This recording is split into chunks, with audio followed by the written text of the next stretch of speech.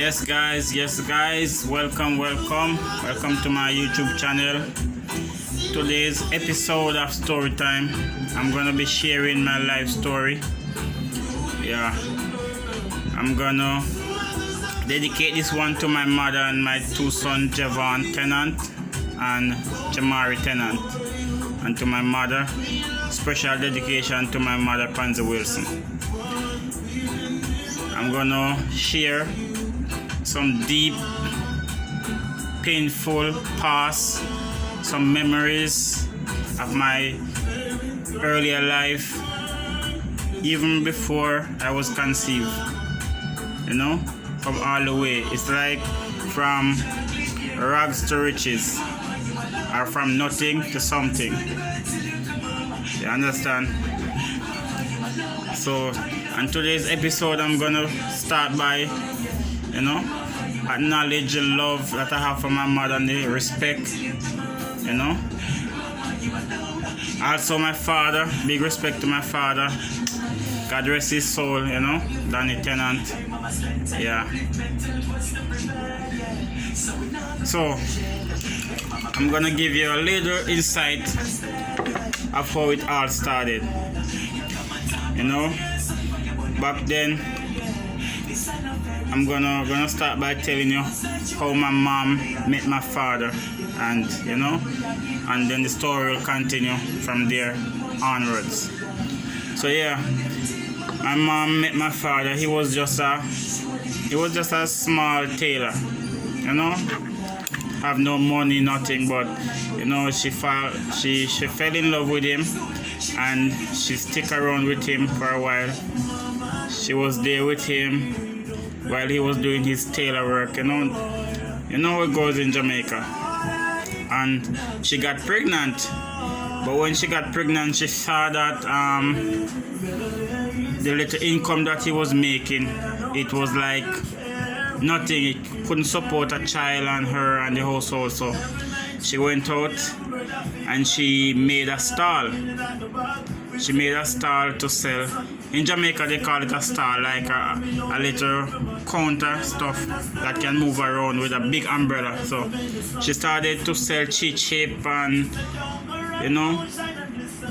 sweeties, cigarette, rum,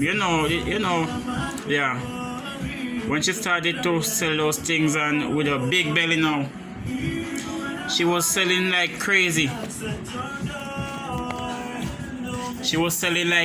So they both decided, this thing is really taking off and it's making a profit. So she decided, we should make a bigger shop, instead of having a stall with the umbrella and the sun and stuff like that. And I'm pregnant. She encouraged my father to build a shop.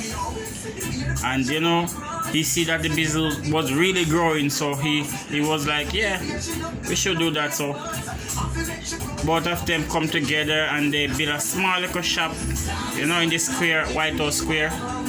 And things was picking up, money was coming in like crazy. And you know how it goes when money start to come in, woman start to come in too. So my father started to get, wild, and with the ladies, them having a lot of kids here and there. And my mom was like, he reached to this level that she was like, cause my mom, if anyone know my mom, they know that she's a no nonsense type of person. And she don't take bullshit from nobody.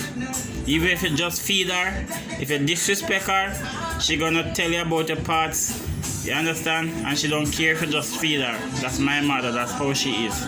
So she got like annoying. She get tired of the disrespect that my father was bringing in woman in front of her, cussing her and those things. So she get fed up of the whole thing. So a couple of years after I was born, she decided, she had enough. She told him she gonna leave, and she's gonna leave and she gonna go by her mother. And she said the only thing she wants from him, even though she was the one that started the business and everything, because when he was a tailor, nobody knows him, nobody recognizes him. She started a little shop, and he grow till everybody know him as Mr. Tennant or Daniel, He started to get fame because, you know, money. And she told him, you know what, I don't want nothing from you. Just take care of your child and that's it. I will work and support myself, and you know, I don't need nothing from you. She leave everything with him. Everything. She didn't move out with a pin. Just one request, that he take care of his child. Well, I don't know how it goes, you know. In the long run, he was, you know, doing something. Then after he meet this woman, he meet a lot of women, but yeah, he started to tell my mom, well, if they're not sleeping together anymore, then he's not gonna take care of me. That get my mom pissed, because she know that she was the one that started the business, and for him to come and tell her that, she felt really, you know, disrespected by that. So she decided, you know what, I'm gonna bring it to court for child support. And that's how that story goes. She bring him to court for child support, yeah. And yeah, the court instruct him that, listen, you should give your child such and such, and you know, and he should come by you for lunch, because my school was nearby his business place. So the judge instruct him that he should prepare lunch for me also in advance. Also, he should pay child support and provide lunch for me. And I tell you this, I used to go there for lunch until one day the woman that he currently married to, her name was Prudence.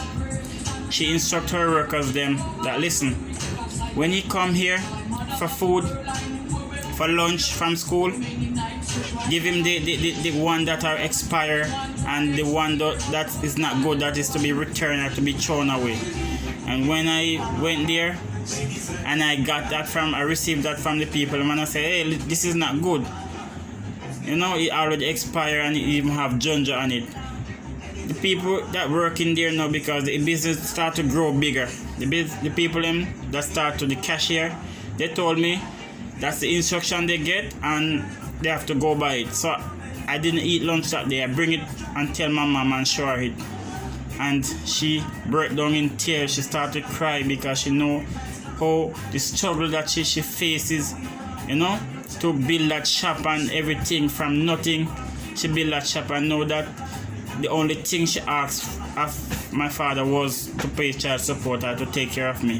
That the only thing she asked for, and even that, he make a next woman come in and try to corrupt him, you know, talk him out of taking care of me and stuff like that. So it was really painful, and she brought him back to court, and even the judge was so angry that he allowed his wife to do those things, and you know, it was really painful. And yeah, after that, now after my mom brought him to court and he have to pay child support and those things, you know, I didn't really like the idea, because you know, at the end of the day, it's my father and I love my father, you know, despite the situation. And you know, I thought that was that was like the worst thing that could ever happen to me. But then this is where it get even more ridiculous and crazy, you know.